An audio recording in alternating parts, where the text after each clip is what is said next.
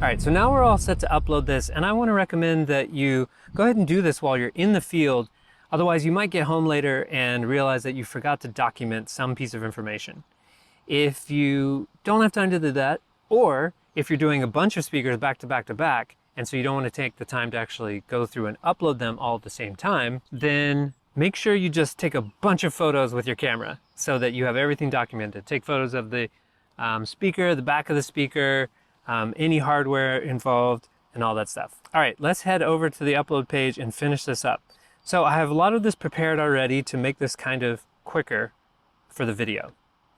If you don't know what kind of speaker, what is the category, take a look at this pop-up and see if that clears it up for you. I've got the brand, I've got the model, I added this one manually. I've got my loudspeaker, got my serial number there. I didn't go through and do the latency finder. Sometimes you can either find the system latency in milliseconds on the spec sheet, or if you want to use the latency finder, what you need to do is go through the aiming process at one measurement and then go through another aiming process at a farther measurement. So say you're going to do like 1 meter and 2 meters, or maybe you're going to do silver and gold distances, something like that. Then you can measure those, make sure you're aimed right at the mic, otherwise this won't work, but you can fill out the system latency finder here and put that information in. I'm currently calibrated to 110 dB SPL on my microphone calibrator. All right, but if you're doing an uncalibrated measurement like I'm demonstrating here today, then don't worry about this calibrator reference setting. Okay, I've got my microphone here. Now I need to put in my distance, 3.252 meters.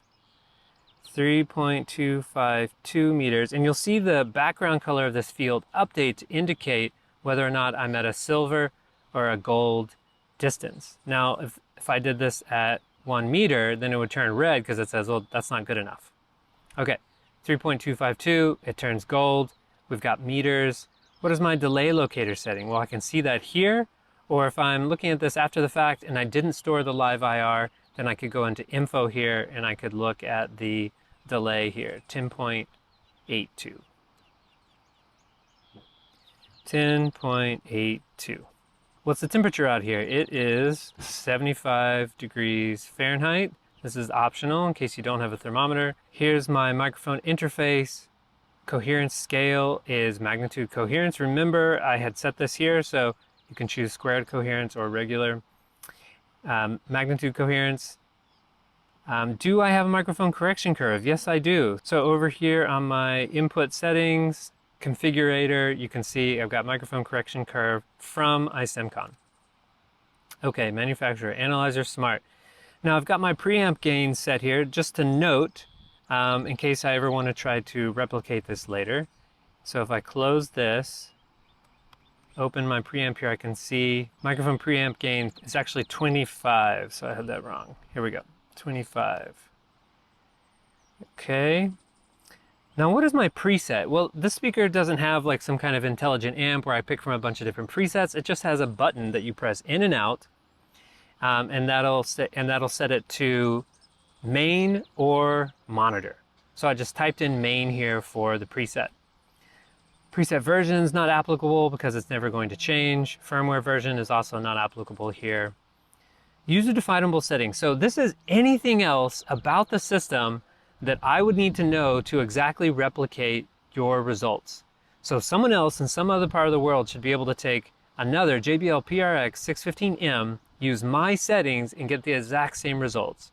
So what do you need to know about that? Well, I have the input gain on the back of the speaker set to line, and then plus 4 dB. Now, we recommend that you use whatever the default settings are for all things in the system, and also try to note as much as possible here. Okay, so I'm not doing SPL data. I put a comment here. So this is actually outdoor, ground plane, some wind. And then this next section here is tags. So you might want to put something here that would be searchable in the database later. You might want to remember, for example, that this is a point source box. Okay, now I'm going to upload these files. For each of these boxes, you can either click on the box and then select a file from the Finder here, or you can just drag the file in here. So let me show you how to do that. So we'll go over to Smart here. Right-click on the file, choose Open File Location. Go back over to the web page here.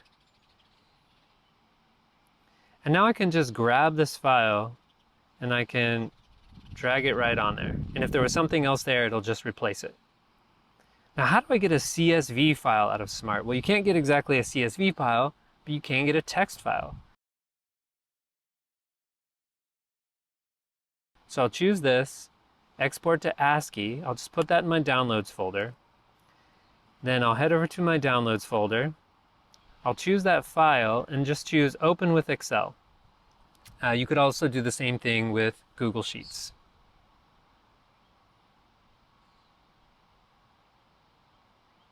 Now, once this opens in Excel, we don't have to do anything else.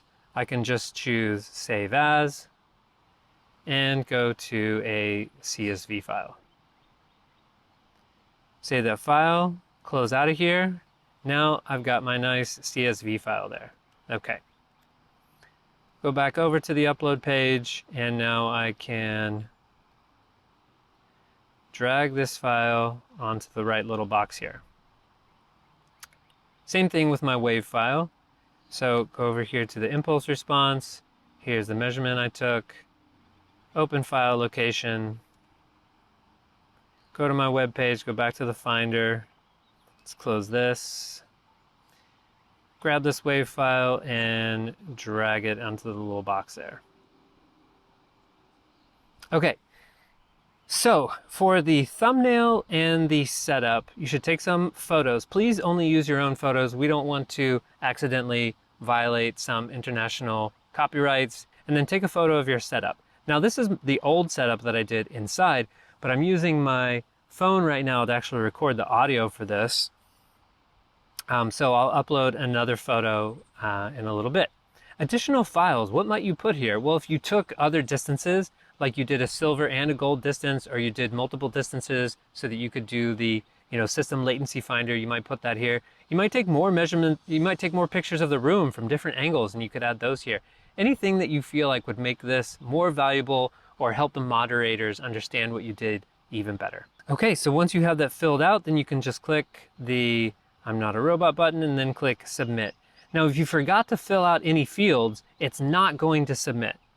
If you forgot a field, hopefully it will scroll up to where the missing field is, but sometimes it just won't do anything. So you have to go and find the field that is in red. There's actually a couple other things I want to share with you. Number one, what if you're halfway through that upload form and then you have to stop and go home, or a truck comes by and you have to move everything or something like that? Everything you've ever done is on your profile page. So if you head over to your profile page, you'll see everything that you've ever started. So see, these are all these are gray because I started them but didn't finish them.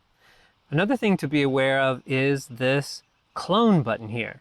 So if you're doing a bunch of things in a row, like say I wanted to do a measurement of this speaker with the main preset and then with the monitor preset, then I could just click clone and make a copy of it. So maybe I'll do another video after this doing that.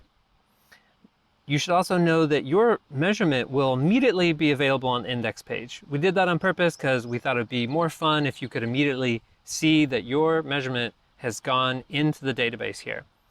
Now, its record won't change from pending, its status won't change from pending and to approved until 2 moderators have taken a look at it.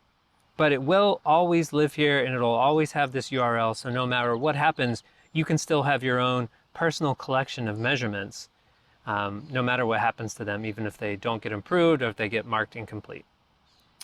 Okay, so let's say that I made some error here. Well, I could still come to this page and I could click Edit Upload, and I could go down and find the field that I need to fix and fill that in. So for example, I'm going to update this photo in a little bit after I get done doing this recording. Then I'll just click I'm a robot again, and I'm not a robot, and click Submit. All right, so that's how you can do your first measurements for Tracebook. Please let me know what questions come up for you and put them below this video or put them into the forum at Tracebook. All right, thank you.